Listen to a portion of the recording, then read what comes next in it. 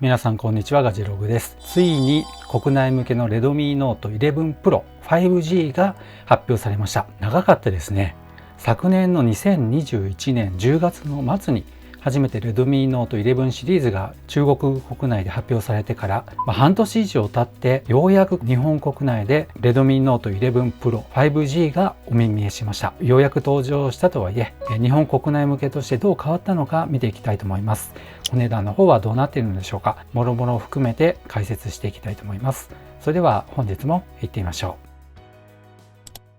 というわけで情報は Xiaomi Japan の公式サイトをもとにお届けしたいと思います。少し前にグローバル版で 5G プラスっていうのが発売されました。そちら Dimensity 920とかね、もうフルスペックの11シリーズの一番最上位モデルだったんですが、国内向けでは残念ながらね、そのモデルは出ていません。ではスペックの方ね、見ていきたいと思います。こちらですね、1億800万画素のプログレードメインカメラがついています。こちらになりますね。大きなレンズが搭載されています。またバッテリーに関してはね、5000mAh の 67W ターボチャージがついています。SoC ですね。ここ14になりますが、スナップドラゴンの 695-5G というチップが載っています。こちらのチップに関しましてはどれぐらいのパワーがあるのかも後ほど見ていきたいと思います。そして画面のリフレッシュレートは 120Hz に対応。これもいいですね。そして AMOLED の有機 EL ディスプレイ。なります。そしてリキッドクールテクノロジーということで冷却システムもしっかり搭載されています。そしてカラーリングの CG が今表示されていますけど、まず色はですねホワイト、そして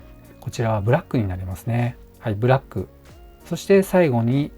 これブルーになりますね。この3色展開になっているわけですね。では驚異的なパフォーマンスということで見ていきたいと思います。先ほどお伝えしましたけども、スマートフォンの頭脳となります SoC ですね。スナップドラゴン695を搭載しています。こちらに出ていますね。これ数字で言うと今800万台とかね、888とか870とかそういったものもあって高スペックのものがありますが、数字からするとちょっと低いような感じがしますが、アンツツのバージョン9でスコアを見ていますとだいたい39万5000点と言われています。ですので40万点弱ということになりますけども、それぐらいのスコアがありますと本当にサクサクと動くと思います。ですのでパワーとしては申し分ないかなと思いますね。そして今 5G をここにとありますね。より高速の 5G 体験、普段のスマホ体験やコンテンツのスタイルが変わります。より快適にゲームやストリーミング、高速環境でのデータ共有やダウンロードをお楽しみくださいということで 5G 対応になっています。また細かなね、その周波数帯に関しましては後ほど詳細のスペックの方で見てみたいと思います。そしてハイクオリティな撮影をということで、メインカメラが完成度を高めた1億800万画素のカメラが搭載されています。フラッグシップ級とありますけども、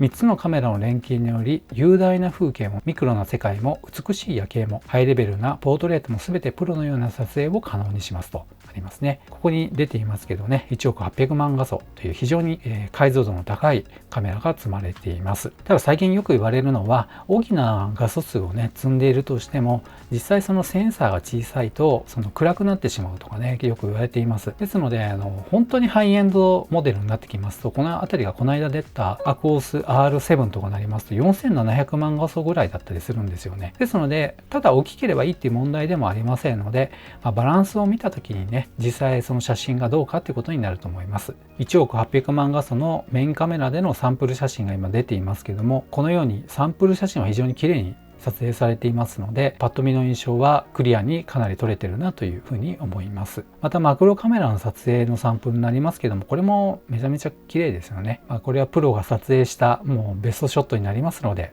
当然ながらと言えます。そして超広角カメラですね。こちらも非常に綺麗に撮れています。次は非常に鮮明な表現力ということでディスプレイに関する情報になります。高リフレッシュレートとありますね。120Hz のリフレッシュレートに対応しています。より滑らかな動作と高速な使用感を表現とありますね。リフレッシュレートっていうのはこの画面がですね、1秒間に120回切り替わるということになります。ですので動いている映像に関して言えば相当滑らかな映像が表現されるということですね。パラパラ漫画のことを考えていただくと、そのコマ数が多いほどより細かく見える、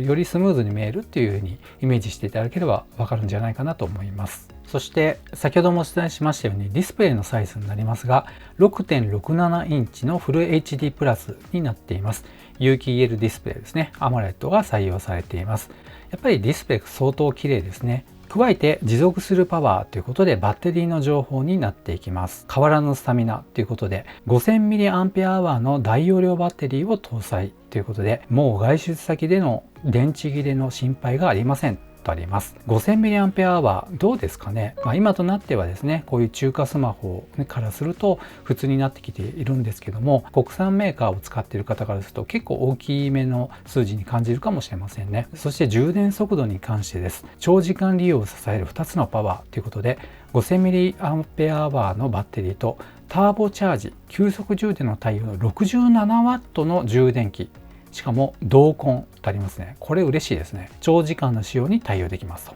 あります。充電速度に関してですけども、67W 充電で0から 100% までですけども、ここに出ています。42分で満タンになりますということが出ています。50% までならば15分でその 50% まで充電することができるという速さを持っています。この 67W 充電っていうのは今は結構速い方ですね。でも 100W とか 120W とか150とかね、今どんどん海外メーカーが出してきていますので、必ずしもこれが今マックスの充電速度というわけではありません。とはいえ 67W 充電器が同梱されているっていうのは、これは非常にいいですね。これ購入しますと安くても 4,5,000円ぐらいしますので、そのパッケージの中に入っているというのはありがたく思います。次はですね、優れた冷却性能とありますね。さすがにあれだけ急速充電を行ったり、やっぱりパワフルな SOC が乗っていますと本体が熱くなってしまいます。ですのでそれを冷やすためのシステムが搭載されています。その名がリキッドクールテクノロジーといいまして、ヒートパイプシステムと多層のグラファイトシートですね、そういったものが中に入っていて、熱を分散させながら効率よく外に逃がすという、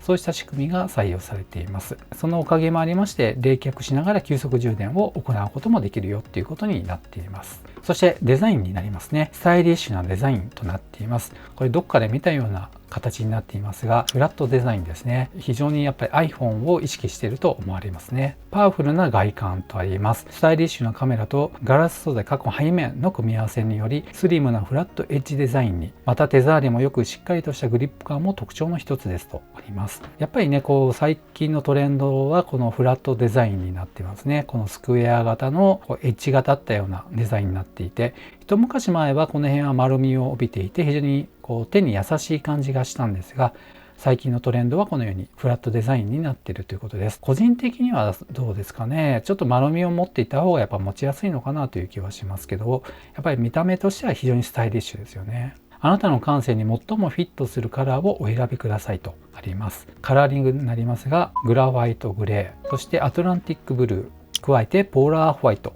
になりますね。ポーラーホワイトはちょっとまだ実物に関してはっきりよくわからないんですが、上は結構ホワイトしていますが、下はちょっとピンクがかったような感じがしますので、全体的にどうなんでしょうかね。ちょっとラメがかっている感じがするんでしょうかね。そしてその他のおすすめ機能になります。これはですね、最近のトレンドとしてはもう入っています。また赤外線ブラスター。これは Xiaomi が頑張っていつも搭載してきてくれる機能になります。バイブレーションになりますが、Z 軸リニアモーターということで、ちょうど iPhone のハプティックエンジンをね、ちょっと思い出していただくと、コツコツとしたバイブレーションの感覚になりますね。昔ながらのモーターがくるくる回っているような、そういう振動ではありません。そしてデータ転送に関しましては UFS2.2 という規格になりますので、これもまずまずのスピードになります。そして NFC も搭載ということで、これはいいですよね。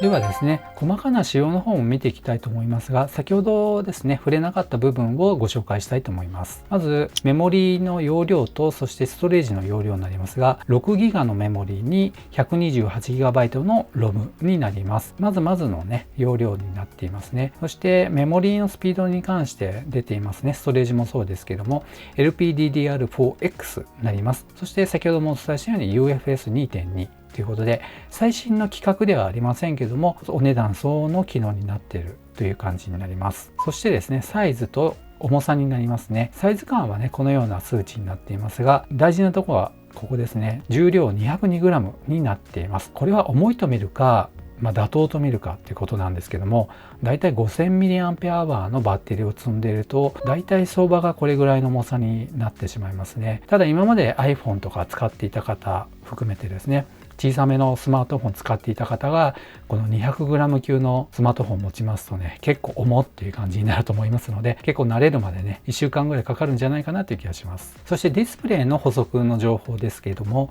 コントラスト比は450万対1という非常にコントラスト比の高い比率になります。また解像度はフル HD プラスとなっていましたので 2400×1080 になっていますね。フロントカメラはですね1600万画素のカメラになっています。そしてセキュリティの部分ですね、指紋認証どこにあるかっていうと側面になります。電源ボタンとの兼用になりますので、そこに指を乗せることによって指紋認証との兼用の機能となっています。また AI の顔認証ロック解除とありますので、フロントのカメラを使って顔認証でロック解除することも可能になっています。そしてですね、ここが大きな目玉の機能の一つになりますが、 NFC の部分にフェリカお財布携帯対応と書いてありますね。これはやっぱり国内向けのモデルを作るっていうことにあたって、どうしてもやっぱフェリカを載せたいっていうことがね、シャオミがね望んでいることなんですが、ここ過去1年ぐらいからですね、フェリカ搭載のスマートフォンを出してきてくれているんですけども、この Redmi Note 11 Pro 5G にも載せてきてくれたっていうのは、やっぱり本気でねこのモデル売りたいんだなっていうのがよくわかります。やっぱりどうしてもね Suica とかね、そういう PASMO とかそういったものを必ず使いたいという方にとっては、やっぱり例えばですけども iPhone からの乗り換えとかね、そういったことも含めて可能性を秘めたモデルになるんじゃないかなと思います。そしてネットワークと接続になりますが、ここですね、ナノ SIM と eSIM に対応しています。いやー、これすごいですね。よく載せてきましたね。5G のサブ6のみの対応になりまして、ミニ波には対応していません。そして 4G LTE に関しましてはこれだけ対応していますので、ほぼ日本の大手キャリアで使う分、もしくは格安 SIM 系も含めてですけどもね、当然ながらね使う場所にもよりますけども、ほぼ電波の問題はないんじゃないかなと思われます。でさらにですね、 Wi-Fi に関しましては AC までになっていますね。 AX には対応していませんので、まだ残念ながらですね Wi-Fi6 には対応していません。そしてデュアルスピーカーもありますね。 3.5mm のヘッドホンジャックもついています。 OS に関しましては Android 11のベースで MIUI13 が載っていますね。最近はもう Android 12がもう出回ってきていますけども、こちらのモデルはまだ11までとなっています。そしてパッケージの内容になりますが、本体 AC アダプター、先ほどのね 67W の急速充電対応のものが入っています。そして USB Type-C ケーブル、保護ケース、SIM 取り出しツールという感じで、